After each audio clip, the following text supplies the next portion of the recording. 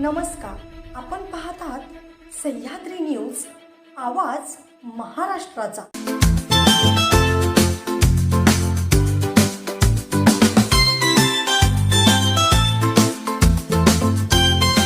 आमच्याकडे सर्व दुचाकी व चारचाकी वाहनांची खरेदी विक्री केली जाईल। तसेच सर्व वाहनांचे PUC इन्शुरन्स काढून मिळेल। आमचा पत्ता अब्दुल्ला शान मोटर्स, हुतात्मा स्मारक समोर, खानापूर। प्रोप्रायटर आमिर अब्दुल पीरजादे। मोबाईल क्रमांक 9975 79 79 76। वाचनाने माणसातलं माणूसपण समृद्ध होतं। वाचनाने व्यक्तिमत्वासह करिअर घडते। डॉक्टर सयाजी राजे मोकाशी। खानापूर येथील मातोश्री वेणुताई चव्हाण विद्यालय व doctor KR Pawar junior college आणि सोनाई निवासी वसतिगृह खानापूर या शाळेतील फेब्रुवारी-मार्च 2025 मध्ये SSC व HSC परीक्षेला प्रविष्ट होणाऱ्या विद्यार्थ्यांचा शुभचिंतन, निरोप समारंभ व वार्षिक पारितोषिक वितरण समारंभ नुकताच पार पडला। त्याप्रसंगी माजी प्राचार्य, ज्येष्ठ साहित्यिक व समीक्षक डॉक्टर सयाजी राजे मोकाशी बोलत होते।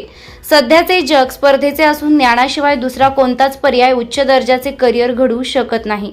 सोशल मीडियावरील आभासी जगात वावरण्यापेक्षा वास्तव जीवनाचं भान आणि जाण देणारी चांगली पुस्तके वाचा।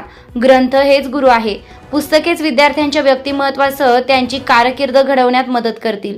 वाचनाने माणसातलं माणूसपण समृद्ध होतं। त्यासाठी वाचा आणि अगोदर माणूस व्हा, मग आपापच व्यक्तिमत्वासह करिअर घडेल, असे परखड मत डॉक्टर सयाजी राजे मोकाशी यांनी प्रतिपादित केले। कार्यक्रमाचे अध्यक्ष भूडगावचे माजी सरपंच शहाजी कदम हे होते। कैलासवासी सौ वेणुताई यशवंतराव चव्हाण महिला शिक्षण प्रसारक मंडळ या संस्थेचे अध्यक्ष धैर्यशील पवार यांनी आपल्या मनोगतात शाळा व संस्थेच्या प्रगतीचा आढावा सर्वांसमोर ठेवला। वीरशैव लिंगायत समाज खानापूर तालुका अध्यक्ष जगदीश टिंगरे, कर्मवीर वाचनालय सुलतान गादेचे संस्थापक अध्यक्ष SR पाटील, संस्थेचे नूतन संचालक व माजी प्राचार्य आनंदराव चव्हाण व शिक्षक प्रतिनिधी म्हणून संजय माळी यांनी शुभेच्छापर मनोगत व्यक्त केले। या प्रसंगी प्रांजल पवार, गायत्री कुंभार, शिवतेज भोसले, प्रथमेश काळे, पल्लवी कोरबू, दीक्षा साबळे या परीक्षार्थींनी आपल्या मनोगतातून शाळा कॉलेजविषयी आपली कृतज्ञता व्यक्त केली आहे। कार्यक्रमाचं प्रास्ताविक प्राचार्य शिवाजीराव पवार यांनी केलंय। सूत्रसंचालन गुलाबराव काटकर, पारितोषिक वितरण प्रतिभा धेंडे यांनी, तर आभार संभाजीराव गायकवाड यांनी मांडले। या कार्यक्रमात संस्थेच्या सचिव अंजली पवार, सौ शोभादेवी पवार, इंग्लिश मीडियम स्कूलचे मुख्याध्यापक उत्तम पाटील, माजी प्राचार्य दिलीप निंबाळकर, भूडगावचे प्रतिष्ठित नागरिक दिलीप माने, क्रीडा प्रशिक्षक ज्ञानेश्वर राऊत, सह्याद्री न्यूज चॅनलचे संपादक जब्बार पीरजादे, रवींद्र गायकवाड, बापूसाहेब कुंभार, सुचिता गायकवाड, त्याचबरोबर सर्व शिक्षक व शिक्षकेतर कर्मचारी व विद्यार्थी उपस्थित होते। तुम्हाला कधी सुद्धा ऊन लागणार अशा पद्धतीची पश्चिमी दुनिया निर्माण झालेली आहे। तुम्ही बाहेर पडताना अशा पद्धतीचं हे अशा फसव्या लोकांच्या पासून सावध राहा। आपल्या गावच्या मातीला, आपल्या माणसांना अजिबात कधी विसरू नका। तुम्ही आयुष्यात भरपूर यशस्वी व्हा अशी इच्छा व्यक्त करतो। आणि 10वीच्या विद्यार्थ्यांना सुद्धा मागे एकदा चर्चा झालेली आहे की ह्या संस्थेसाठी आपण एका फार मोठ्या व्यक्तीला निमंत्रित करत आहोत आणि यदा कदाचित तो योगायोग जवळ आलेला आहे। तर जून महिन्याच्या पिरियडपर्यंत जे अशा मोठ्या माणसाच्या हातून तुमचा सत्कार होण्याची एक संधी तुम्हाला मिळणार आहे। त्या दृष्टीनं तुम्ही प्रयत्न करा एवढी तुम्हाला मी विनंती करतो। तुम्हा सर्वांना स्वामी समर्थ कृपेने भरपूर यश लाभू द्या। जय हिंद, जय महाराष्ट्र। धन्यवाद। उशिरा रागमन झालेले शेटपळे गावचे सुपुत्र ध्येय दिशा पेरणी प्रतिष्ठानचे सक्रिय सदस्य रवी काका गायकवाड यांचा या ठिकाणी सत्कार आमच्या विद्यालयाचे प्राचार्य पवार सर यांनी करावा अशी त्यांना विनंती करतो।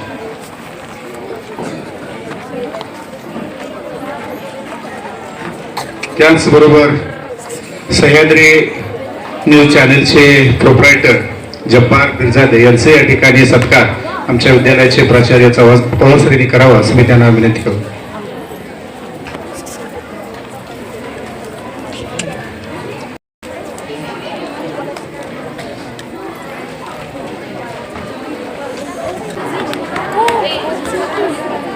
पाच मिनिटं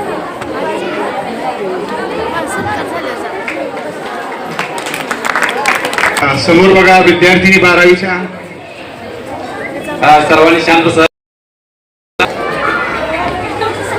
सन्माननीय व्यासपीठ आणि आपण सर्व उपस्थित विद्यार्थी मित्र, आणि आपले भाषण ऐकायची आता मानसिकता नाही मला माहीत आहे. तरी देखील इयत्ता 10वी आणि इयत्ता 12वी वर्गातील विद्यार्थी परीक्षेसाठी प्रविष्ट होणार आहेत 2025 मध्ये. फेब्रुवारी आणि मार्च मध्ये होणारे जे SSC आणि त्या परीक्षेसाठी प्रविष्ट होणाऱ्या सर्व विद्यार्थ्यांना या ठिकाणी वैयक्तिक माझ्याकडून भाषेमध्ये भरपूर सुयश मिळावं आणि आपली उत्तरोत्तर प्रगती व्हावी भविष्यामध्ये, अशी मी या ठिकाणी आपणा सर्वांना शुभेच्छा व्यक्त करतो. बऱ्याच मुलींनी 10वी 12वीच्या भाषणामध्ये उल्लेख केला की चव्हाण सर फार स्ट्रिक्ट आहेत. मित्र, त्या ठिकाणी खुर्चीवर ज्यावेळी आपण बसतो, मुख्याध्यापक किंवा प्राचार्य, आजच्या कार्यक्रमाचे प्रमुख पाहुणे देखील प्राचार्यच आहेत, त्यांना देखील अनुभव असेल. शिस्त जर राखायची असेल तर त्या ठिकाणी थोडीशी कडक भूमिका ठेवावी लागते आणि त्यामुळं माळी सर आमचे असतील त्यांनी देखील उल्लेख केला, सर्व शिक्षकांनी उल्लेख केला. तर विद्यार्थी मित्र, आपण सुद्धा भविष्यामध्ये थोडंसं ज्या ठिकाणी शिस्त हवी आहे त्या ठिकाणी शिस्त ही पाळली पाहिजे अशी आपल्याकडून अपेक्षा व्यक्त करतो. आणि या ठिकाणी 10वी मध्ये आणि इयत्ता 12वी मध्ये जरा लक्षपूर्वक आहे का, इयत्ता 10वी मध्ये आणि इयत्ता 12वी मध्ये जे विद्यार्थी प्रथम क्रमांकाने उत्तीर्ण होतील त्या विद्यार्थ्यांना, इयत्ता 10वीच्या विद्यार्थ्यांना माझ्या वडिलांच्या स्मरणार्थ ₹1000 पारितोषिक किंवा बक्षीस म्हणून या ठिकाणी मी जाहीर करतो. आणि इयत्ता 12वी मध्ये आपली मुलींची ज्युनियर कॉलेज आहे, तर या ज्युनियर कॉलेजमध्ये जी विद्यार्थिनी प्रथम क्रमांकाने उत्तीर्ण होईल त्या विद्यार्थींना माझ्या आईच्या स्मरणार्थ ₹1000 पारितोषिक किंवा बक्षीस या ठिकाणी मी जाहीर करतो आणि थांबतो. धन्यवाद. धन्यवाद सर. ज्यांचा प्रवास प्राध्यापक ते प्राचार्य असा झालेला आहे, तर अशा असणाऱ्या आजच्या कार्यक्रमाचे प्रमुख पाहुणे माननीय डॉक्टर श्री सयाजीराजे मोकाशी यांना मी विनंती करतो की आपण आपलं मनोगत या ठिकाणी व्यक्त करावं.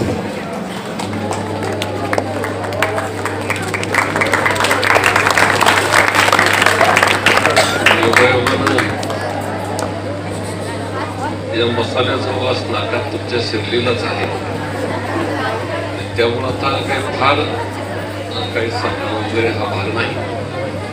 या शिवचिंतन कार्यक्रमाच्या निमित्तानं व्यासपीठावरचे अध्यक्ष माननीय बापू,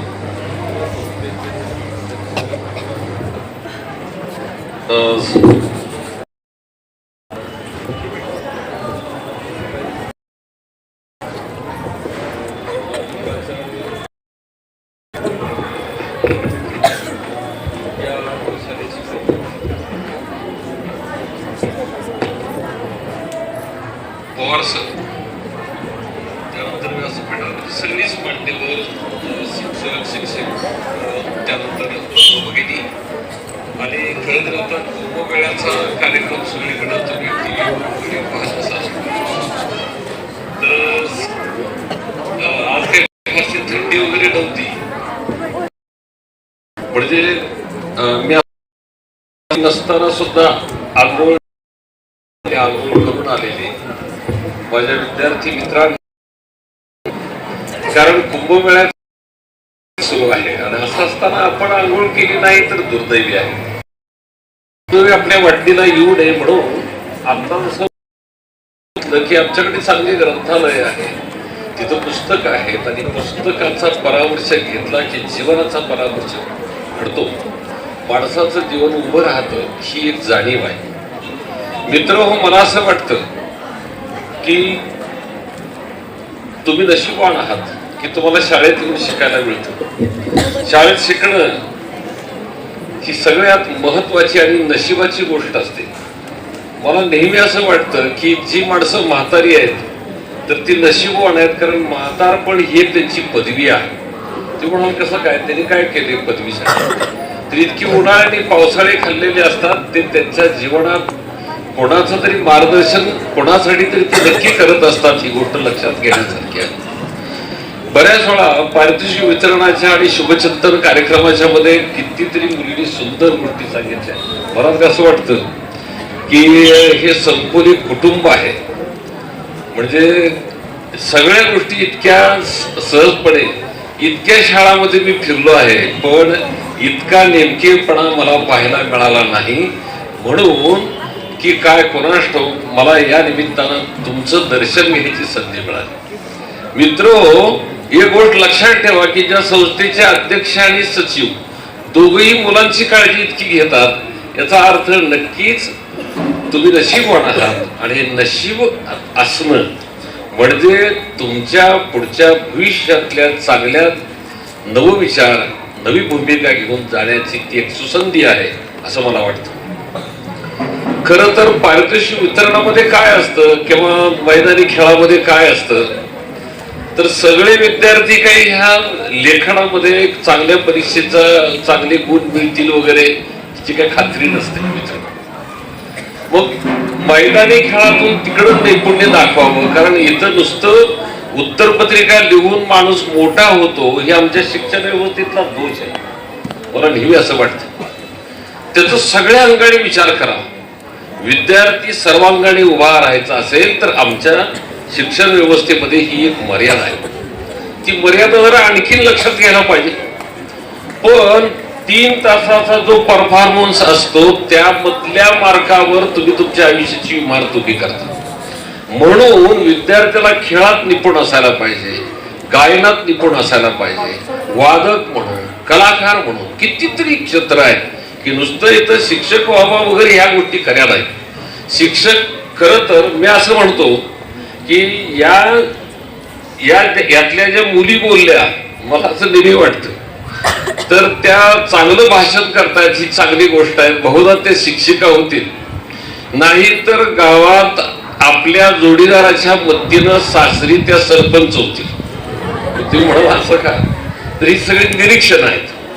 मला असं वाटतं की यासाठी तुम्ही धडपडणं, लोकांच्या हृदय सिंहासनावर उभं राहणं सगळ्यात महत्वाची गोष्ट आहे. मग अशी उल्लेख झाला मोबाईलचा. मित्र, मोबाईल बघायला हरकत नाही, पण किती बघावा. आता म्हातारी माणसं तासनतास बघतायत मान वाकडी करून. मला दुर्दैव वाटतं, म्हणजे आपले कधी कीव येते किंवा काय असं म्हणूया आपण, ही गोष्ट बरी नाही. त्यासाठी पुन्हा एकदा तुम्ही ग्रंथालयाकडे जाण्याची नितांत गरज आहे. ग्रंथालयातल्या पुस्तकामधले काही घटना आणि प्रसंग तुम्हाला सांगण्याची नितांत गरज आहे, म्हणजे तुम्ही ग्रंथालयातली पुस्तकं उघडू शकता. माझ्या लहानपणी आमचे गुरुजी नेहमी बारीक सारीक गोष्टी सांगत असायचे. गंमत अशी की ते पुस्तक आपण एकदा वाचावं असं कधी काळी वाटलं आणि ती पुस्तकं वाचत गेलो. वाचताना पुस्तकाने आनंद दिला आणि पुस्तकात काय लिहिता येतं का म्हणून प्रयत्न केला. सुदैवानं लिहित राहिलो. आज जी शाळा माझ्या गावात आहे ती शाळा दिसली की मी हात जोडतो, कारण त्या शाळेनं माझ्या हातात लेखणी दिली. ही माझ्या दृष्टीने जास्त आनंदाची गोष्ट आहे. म्हणून मित्रहो, तुम्ही इतके नशीबवान आहात की तुम्हाला शिक्षण इतके चारी बाजूनी सगळ्या गोष्टी तुम्हाला देत आहेत. तुमच्या जीवनातला आनंद हा त्यांच्या जीवनातला आनंद आहे. आणि हा आनंद जर तुम्हाला आणखीन आजमावायचा असेल तर तुम्हाला या पुस्तकातलं एक वेगळं विश्व आहे, ते विश्व तुम्ही जरा समजून घ्या, म्हणजे तुम्ही तुमचं जगणं आनंदाचं करू शकता. मुळात या संस्थेचे संस्थापक आदरणीय दादा इतके धडपडे होते. त्यांच्यासारखा धडपडी माणूस मी पाहिला नाही. त्यांची चिकाटी, आपण जसं ते म्हणतात की पवार सरांची चिकाटी, तसं दादांची चिकाटी होती. म्हणून शिक्षकांच्या मध्ये ती चिकाटी आली, ती विद्यार्थ्यांच्या मध्ये नक्की येईल असा विश्वास मला वाटतो. म्हणून मी एवढं म्हणतो की या जगात प्रेम आणि पराक्रम हे जीवनाचे 2 डोळे आहेत मित्रांनो. त्या दोन्ही डोळ्यातनं तुम्ही बघा, म्हणजे हे जग तुम्हाला निर्मळ दिसेल. युधिष्ठिराला महाभारतातला प्रसंग आहे. युधिष्ठिराला हे जग सगळं सुंदर दिसत होतं. का, तर त्याची दृष्टी निकोप होती. दृष्टी निकोप ठेवा म्हणजे हे जग सुंदर दिसेल. कारण सौंदर्य हे वस्तूत नसतं तर बघणाऱ्याच्या दृष्टीत असतं, कारण दृष्टीत निकोप ठेवणं महत्वाचं आहे. म्हणून मला असं वाटतं की तुम्ही बघा, आता बऱ्याच वेळा यात आपल्याकडे जिद्द, चिकाटी, धडपड कितीतरी गोष्टी सांगून जातात. माझ्या बालपणी राजाभाऊ मंगळवडेकर महाराष्ट्रभर फिरत असायचे आणि बऱ्याच गोष्टी त्यांनी सांगितल्या, कितीतरी गोष्टी सांगितल्या. एक चिमणी दाण्याचा कण मिळवते, तिची गोष्ट तुम्हाला माहित असेल, राजाभाऊंनी सांगितलेली ती गोष्ट आहे. किंवा एक चिमणी असते आणि रेवणन टिळकांची ती कविता आहे की चंचू तशीच उघडी पदलांबविले, निष्प्राण देह पडला श्रमही निमाले. एक चिमणी असते, आपल्या पिलांना भूक लागली म्हणून ती मजल दर मजल करत दूर दूर दूर पर्यंत जात असते. गेल्यावर काय होतं की तिला वाटतं आता अजून इथं कुठंच अन्नाचे कण नाहीत, मुलं तर भुकाय दिलीत, घरट्यात काय करावं, म्हणून तिच्या ती आई पुन्हा जिद्दीनं पुढे जाते आणि खूप दूरवर गेल्यावर तो ऊन झालेलं असतं आणि मग तिच्या लक्षात येतं की आता इथनं मागं परत फिरावं. पण मागं परत फिरून काय करायचं, पिलं उपाशी राहतील, मग काय करावं. तिच्या मनात आलं की आपण चोचीत थोडं पाणी घेऊन मुलांच्यासाठी जावं. पण पाण्यानं पोट भरत नसतं मित्र, तर त्याला जेवावं लागतं. मग चिमणी काय करते की आणखीन थोडं पुढं जाते आणि मग अन्नाचे त्याला 4 दाणे दिसतात, ती उचलते आणि त्याच परत पावली माघारी फिरते.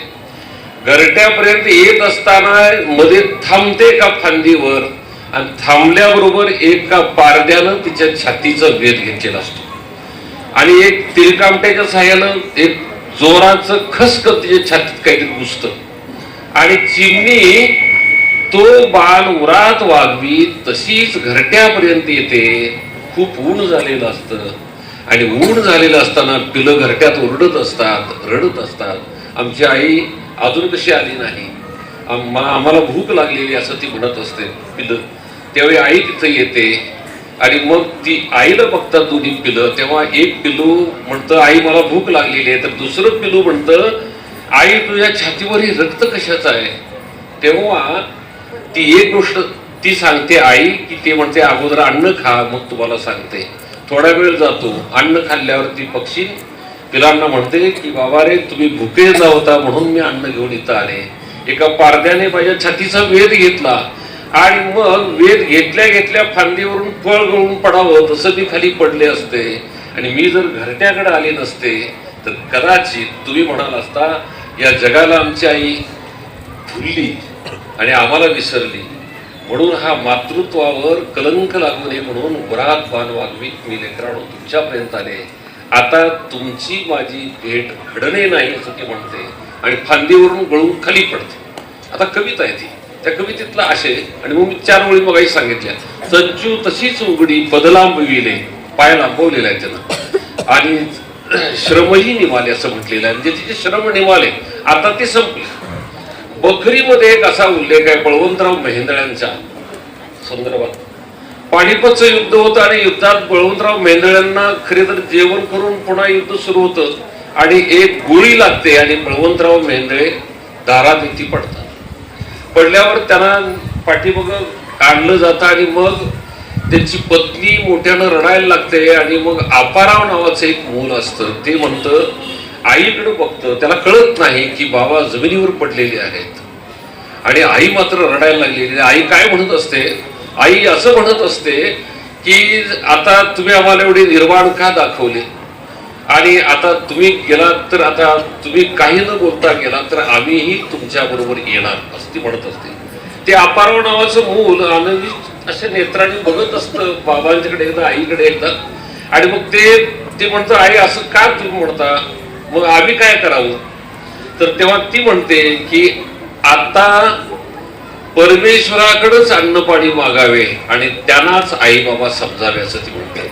आणि मग असा तो त्या बकरीमधला प्रसंग आहे. मित्रो, मी एवढ्यासाठी तुम्हाला हे सांगितलं की या जगात आपल्यावर किती जण तरी आपल्यासाठी धडपडत असतात, कष्ट करत असतात, मेहनत घेत असतात. त्याच्या प्रत्येक श्रमाचं मूल्य हे आपण सिद्ध करून दाखवायचं असतं. कारण कोणताही शिक्षक तुम्हाला शिकवायला येतो तेव्हा चांगली तयारी करून तुमच्या समोर उभा राहतो, तुमच्याबरोबर सुसंवाद साधतो, तुमच्या शंकांचं निरसन करतो. तो तुमच्याबरोबर इतक्या नेमकेपणाने बोलतो याचा अर्थ त्याची चांगली तयारी असते.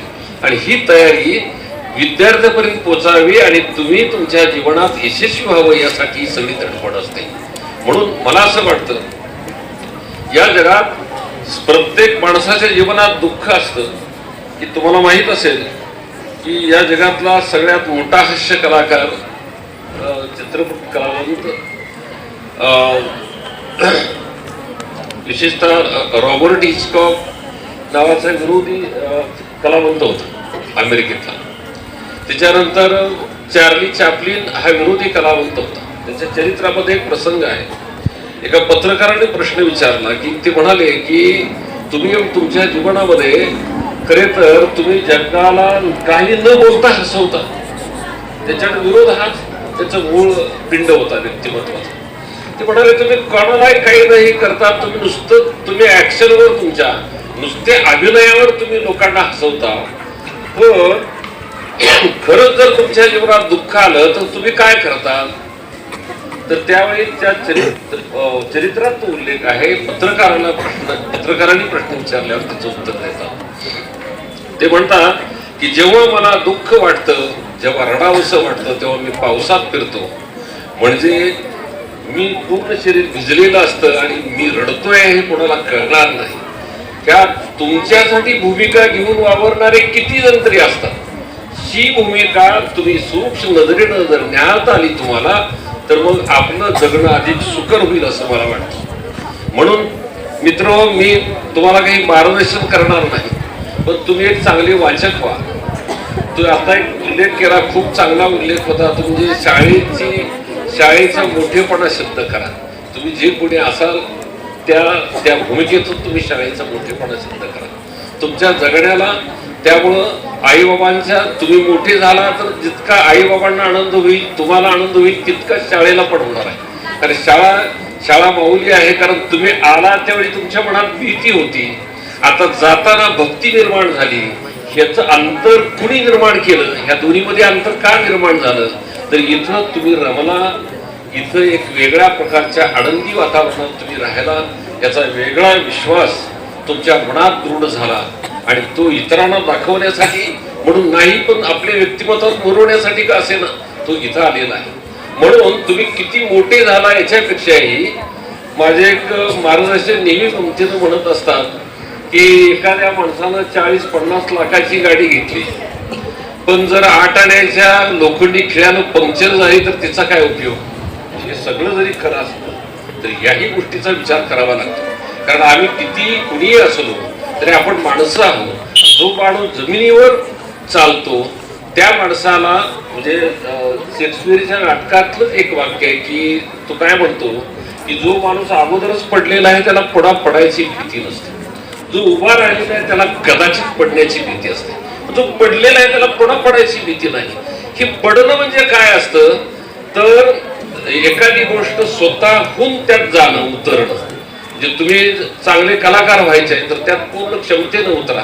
बघा, ह्या जगामध्ये माझ्या माहितीनुसार एक म्हणजे चित्रपट कलावंत, एखादा क्रिकेटचा खेळाडू, एखादा पोलीस हे व्हावं असं प्रत्येकाला वाटत असतं. पण मित्र, एक गोष्ट लक्षात घ्या की चित्रपट कलावंताची जी त्याच्या पाठीमागची जी साधना आहे ती तुम्ही खरं तर तुम्ही सहज लक्षात सुद्धा घेऊ शकणार नाही, इतकी मोठी असते. एखादा क्रिकेटपटू आहे, असंख्य क्रिकेटपटू असतात, पण त्यात एखादा दुसरा चमकतो. त्याचं कारण हे असतं की त्याचा जो निधिध्यास असतो तो लक्षणीय असतो. आणि काहींना राजकारणाचा जास्त मोह असतो. आता राजकारण हे प्रदूषित होत निघाले की काय असं वाटण्याची वेळ आलेली आहे. कारण कुंपण जर शेत खायला लागलं तर विश्वास कोणावर ठेवावा असा प्रश्न निर्माण झाला तर गैर वाटणार नाही. म्हणून मित्रो, राजकारण हा आपला व्यवसाय नाही, धंदा नाही. तर त्याच्यापेक्षा 2 पावलं दूर राहून तुम्ही तुमचं करिअर घडवावं. तुमचं करिअर घडलं की लोक तुमच्याकडे येतील. तुमच्या आईबाबांचा इतका मोठा सन्मान दुसरा कोणालाच मिळणार नाही. आणि हा मिळवण्यासाठी तुम्ही धडपडत राहा. म्हणून नारी को नींदो नहीं नारी नर की खाण, इसी खाण में जन्म ले रामकृष्ण. हा मोठेपणा स्त्रीच्या वाटणीला आलेला आहे. आणि मुलांच्याही असंच असतं की धारेशिवाय अर्थ नाही तलवारीच्या पात्याला, आणि पुरुषाशिवाय अर्थ नाही स्त्रीच्या जातीला. म्हणजे पुरुष प्रधान समाज व्यवस्थित असंही म्हटलं जातं. पण मला असं वाटतं की काही का असेना या जगात कर्तबगारी आपल्या हातून घडायला पाहिजे असा निधिध्यास घ्या. ताकदीनं उतरा. तुमच्यातला माणूस ज्या दिवशी मोठा होईल, कारण कुठलंही या जगातलं मोठं पद हे पद म्हणून ठीक आहे मोठं असेल, पण तिथं जर माणूस खुर्चीवर बसला तर त्या पदाला आणखी मोठेपणा प्राप्त होतो. हा माझा अनुभव आहे. म्हणून मी तुम्हाला फक्त एवढंच सांगतो, तुम्ही जे कोणी आहात त्यातून शून्यातून माणसाला मोठं सहज होता येतं ही गोष्ट लक्षात ठेवा. आणि बाकीची प्रलोभन आहेत त्यापासून दूर राहा. मुली आता साड्या वगैरे दिसून आले की आई बाबांना मोठी काळजी वाटते जेव्हा मुली आता वयात आल्या.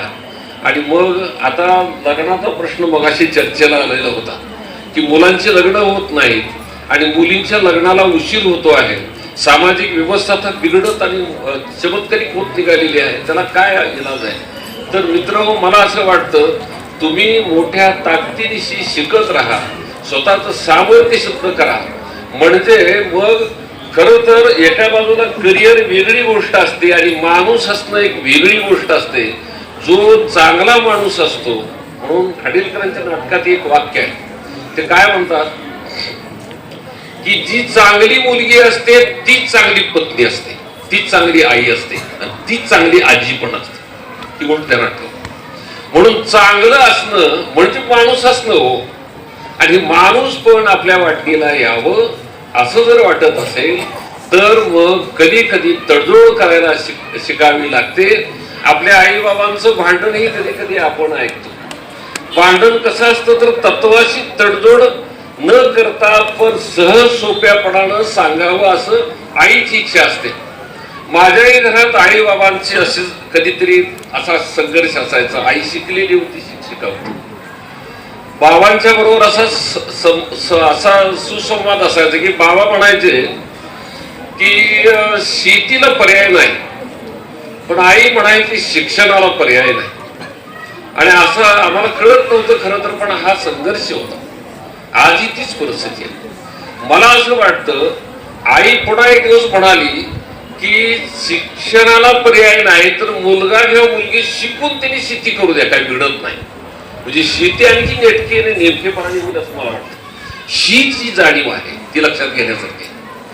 नाही तर आमचे एक लेखक मित्र नेहमी गमतीनं म्हणतात की लेखकाची पत्नी लेखकाबरोबर भांडल्यावर काय म्हणत असेल, किंवा एखाद्या पेंटरची बायको त्याच्यावर भांडल्यावर काय म्हणत असेल, एखाद्या कलावंताची एखाद्या पुढाऱ्याची बायको त्याच्यावर भांडल्यावर काय म्हणत असेल. पुढाऱ्याची बायको म्हणणार आश्वासनं देऊ नका. पुढारी आयुष्यभर आश्वासनं देत असतो, खरं काय नसतं. रंगाऱ्याची बायको काय म्हणत असेल तर रंगवून काढीन. डेंटिस्टची बायको म्हणत असेल की दात काढून हातात देईन वगैरे.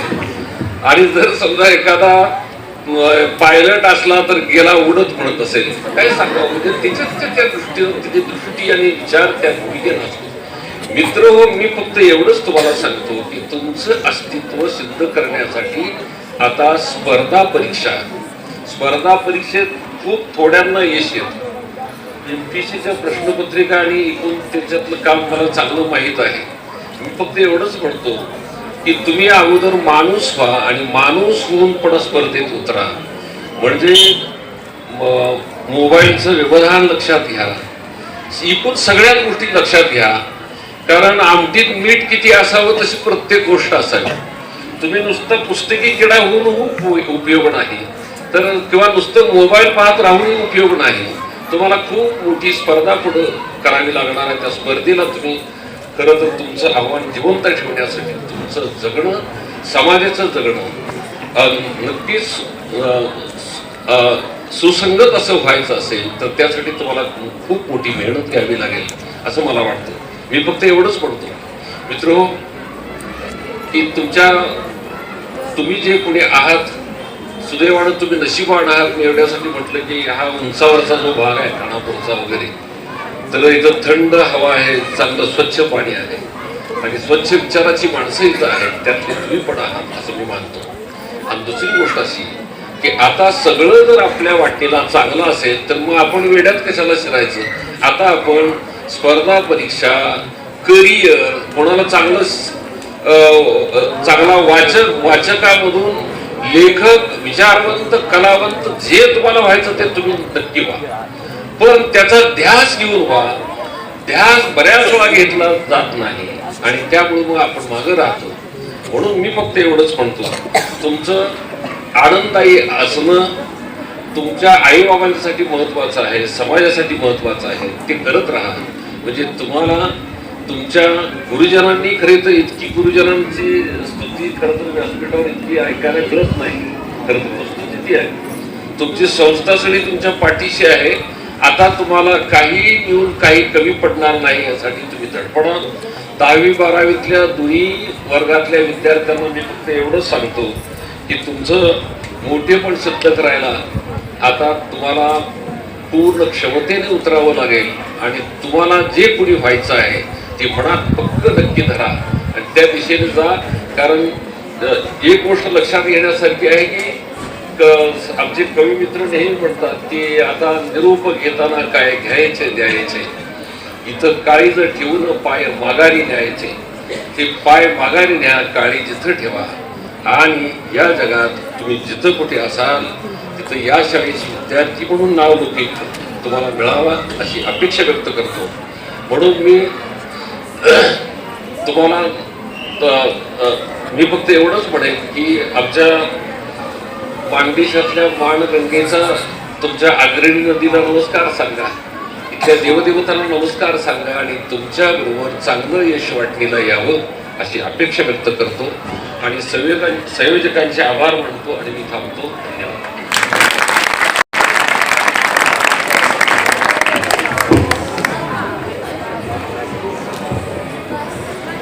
धन्यवाद सर. आपल्या अमोघ वाणीने आमच्या विद्यार्थ्यांना मंत्रमुग्ध केलं त्याबद्दल पुन्हा एकदा धन्यवाद. यानंतर आभाराचा कार्यक्रम माननीय श्रीयुत गायकवाड सर यांना मी विनंती करतो की त्यांनी आभार माना.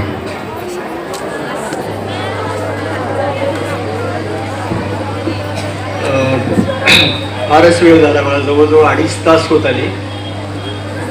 या 10वी आणि 12वीच्या विद्यार्थ्यांनी म्हणत होते म्हणजे एका डोळ्यात हसू आणि दुसऱ्या डोळ्यात हसू.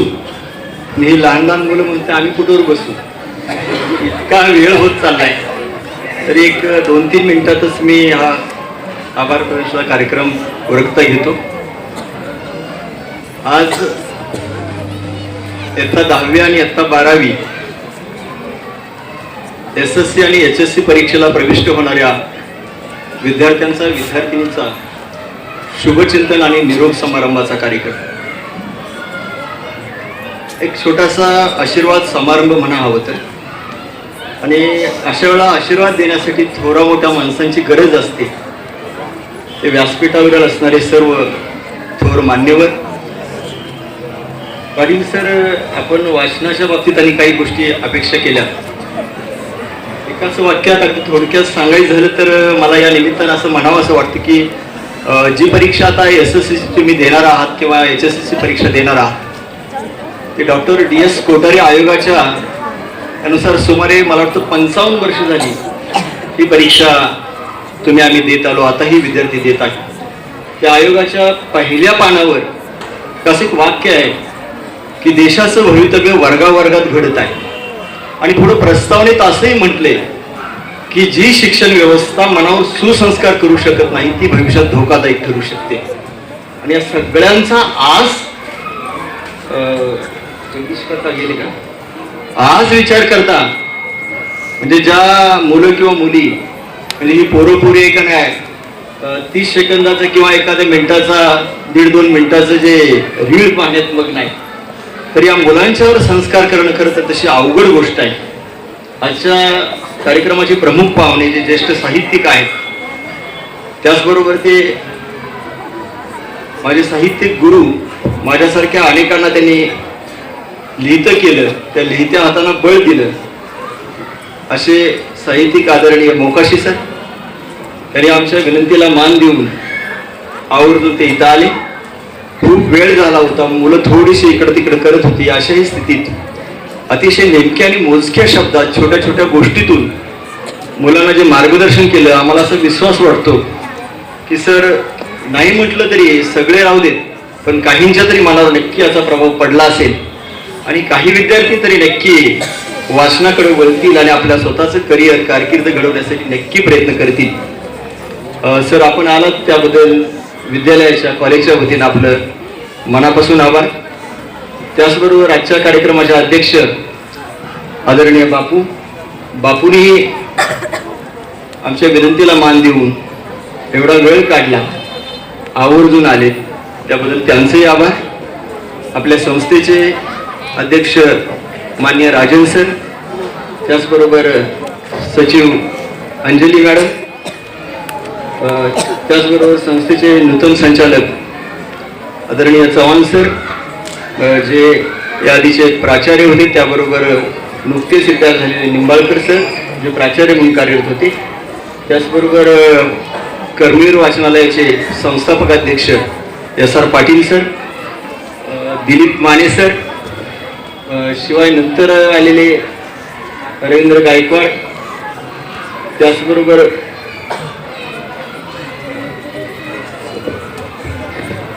फडतरे सर, शिवाय आमच्या विद्यालयाचे मुख्याध्यापक प्राचार्य पवार सर,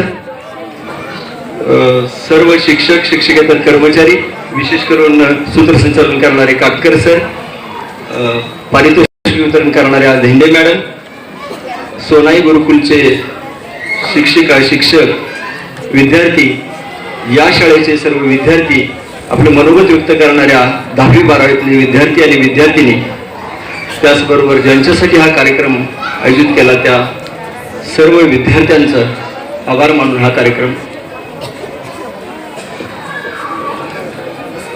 त्याचबरोबर अनावधानाने एक नाव राहून गेलं की जब्बार पीरजादे, यांचेही आभार मानून हा कार्यक्रम संपन्न झाला असं मी घोषित